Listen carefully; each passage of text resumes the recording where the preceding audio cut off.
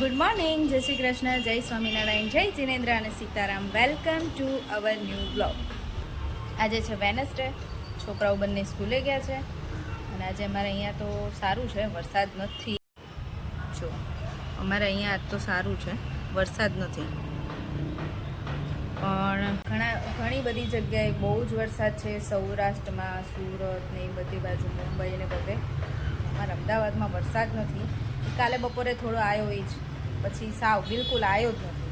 અંધારું થાય છે પણ વરસાદ નથી આવતો. અને અત્યારે તો જો પાછો બફારો જ થાય છે, પવન નથી છે. ને જ્યાં વરસાદ આવે છે ને ત્યાં બંધ થવાનું નામ નથી લેતો. કાલે તો બહુ વરસાદ હતો, બહુ પાણી ભરાયા હતા બધા બહુ ઘણા લોકો હેરાન થયા હશે.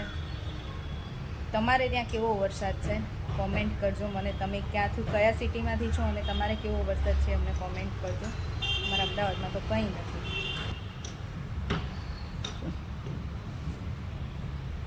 ને આજે છોકરાઓ બંને સ્કૂલે ગયા છે. સવારે તો નાસ્તામાં કંઈ આજે બનાવ્યું નહોતું, ખાખરા ને એવું જ લઈ ગયા છે. કેમ કે કાલે રાત્રે અમે લોકો બહાર જમ્યા હોય ને, એટલે પછી આજે સવારમાં હું કંઈ એને બીજું ના આપું. કે કાલે અમે લોકો હોટલમાં પંજાબી ને એવું બધું ખાધું હોય તો પછી આજે પેટ થોડું રિલેક્સ રાખવું પડે. એટલે આજે મેં કંઈ આપ્યું નહોતું, સવારે ખાલી ખાખરા જ આપ્યા છે. હવે અત્યારે દૂધી છે, તો વિચારું છું દૂધીનું શાક બનાવું. ખાશે છોકરાઓ કે નહીં ખાય, પણ બનાવીશ. ક્યારેક ખાઈ લે છે, ક્યારેક નાટક કરે છે, દૂધીમાં એવું કરે છે. આજે બનાવી નાખીશ એટલે ખાશે. લાગ્યો છે એક. અને જો અમારું અહીંયા દૂધીનું શાક, ને રોટલી બનાવી છે. કે છોકરાઓ ભાખરી નથી ખાતા, મેં મારા માટે રોટલી બનાવી દીધી. અને મેં છે ને રાહીને દૂધીનું શાક કીધા વગર ખવડાવી દીધું. પણ એવું કીધું નહીં કે દૂધીનું શાક છે. મેં એમ કીધું ખાલી પેલા ટેસ્ટ કર, તને ભાવશે. તો એને ટેસ્ટ કરે ને તો ભાવ. એને જો હું અગાઉ કહું કે દૂધીનું શાક છે તો કે ના મારે નથી ખાવું. ખબર નહીં, દૂધી નામથી ન ખાય, ટેસ્ટ કરે ને એટલે ભાવે, એટલે ખાય જ લે. રાહીએ જમી લીધું છે અને હું શ્લોક બાકી છે. હવે અમે જમવા બેસીએ છીએ, કેમ કે અપેક્ષાબેનનો ફોન આવી ગયો હતો. એટલે એમની જોડે થોડી વાર વાત કરી, મમ્મી જોડે અને બેન જોડે. અને હવે અમે જમવા બેસી ગઈએ.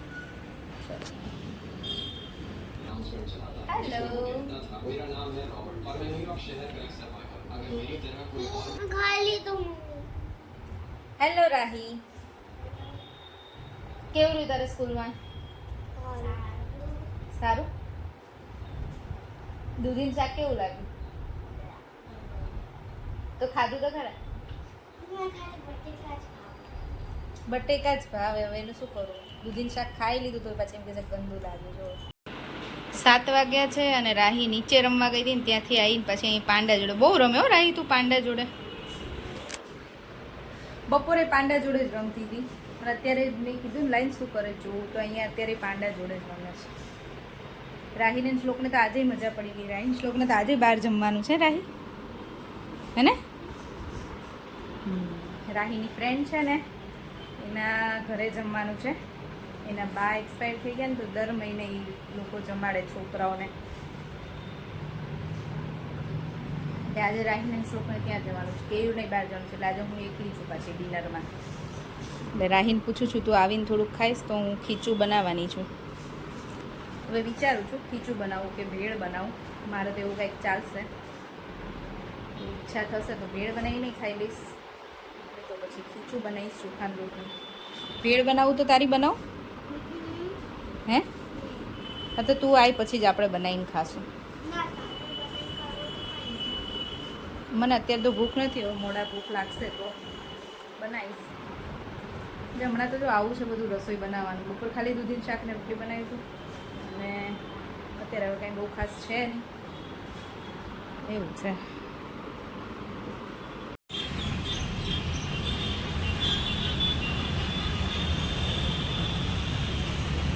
પોણા 8માં 5 મિનિટની વાર છે તો એ અજવાળું જુઓ કેટલું છે આજે. મેં કીધું લાવ 7:30 ઉપર થઈ ગયું, ભગવાનના દીવા કરીએ, સંધ્યા આરતી કરીએ, પણ હજી તો બહુ અજવાળું છે.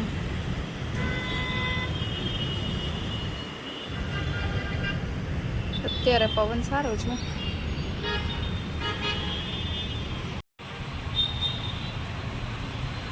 સારો પવન છે. થોડી વાર બેસીએ અહીંયા પછી કરીએ.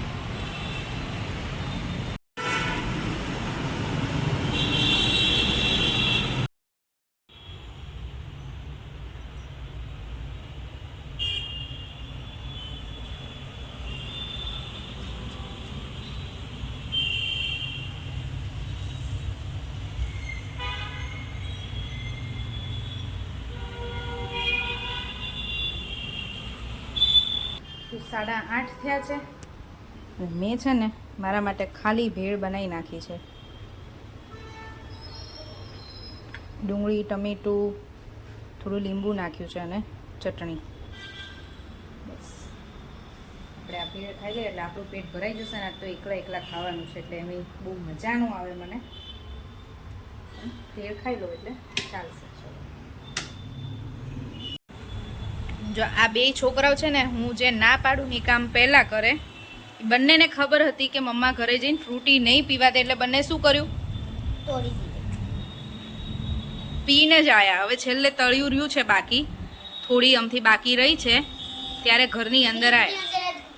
હે એટલે જ પીતા આવ્યા ને.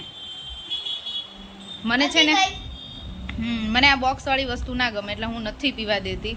હમણાં ઘરમાં હજી ફ્રીજમાં 2 પડી છે પણ મેં નથી આપી. હા, એ તો નહીં જ મળે.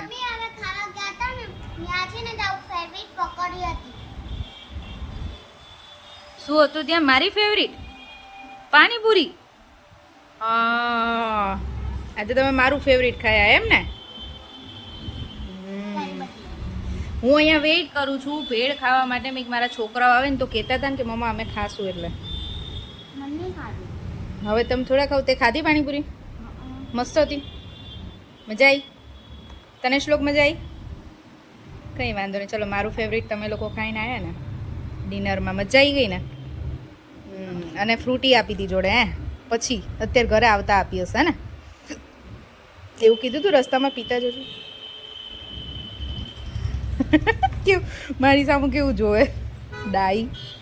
જવા દે હવે, બીનમાં નાખ જા ને તો કપડાં બગડશે. જા. છોકરાઓને ના આપણે જે ના પાડતા હોય ને એ કામ તો પહેલાં કરવા જોઈએ. 9:30 થયા છે. હું તો મારું પતાવી પછી આવી ગઈ હતી રૂમમાં. આ કપડાં બધા સરખા ગોઠવવા માટે. જો આ છોકરાઓના કપડાં મેં સરખા આજે ગોઠવ્યા છે. કેટલા દિવસ સરખા રહે ને એ જોવાનું છે આપણે. હજી મારા તો બાકી રહી ગયા. ત્યાં આ બેન આવી ગયા છે રૂમમાં, બધું એમનું લઈ. હવે જે બાકી હશે ને એ બધું કરાવશે રાહીબેન. હે રાહીબેન, શું કરવાનું? શું પેસ્ટ કરવાનું છે? ફેસ્ટિવલ્સ કયા?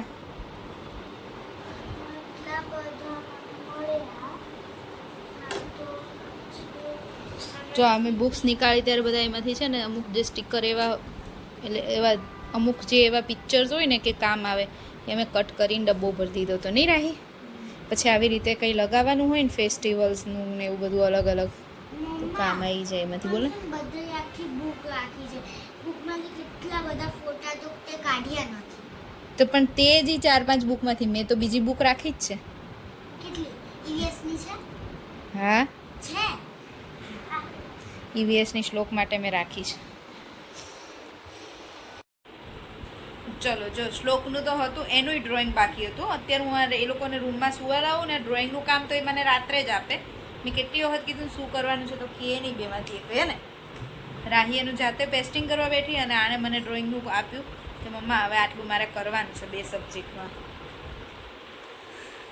ચલો તો અમે એ તો પતાવી દીધું છે. રાહીનું બસ ઓલમોસ્ટ પતવા જ આવ્યું છે. અને હવે વિડીયોનો એન્ડ કરી દઈએ. ફરીથી મળીશું કાલ નવા વિડીયો સાથે. ત્યાં સુધી બાય બાય, ગુડ નાઇટ અને જય શ્રી કૃષ્ણ. જો વિડીયો ગમ્યો હોય તો like, share and subscribe. Bye. Thanks for watching.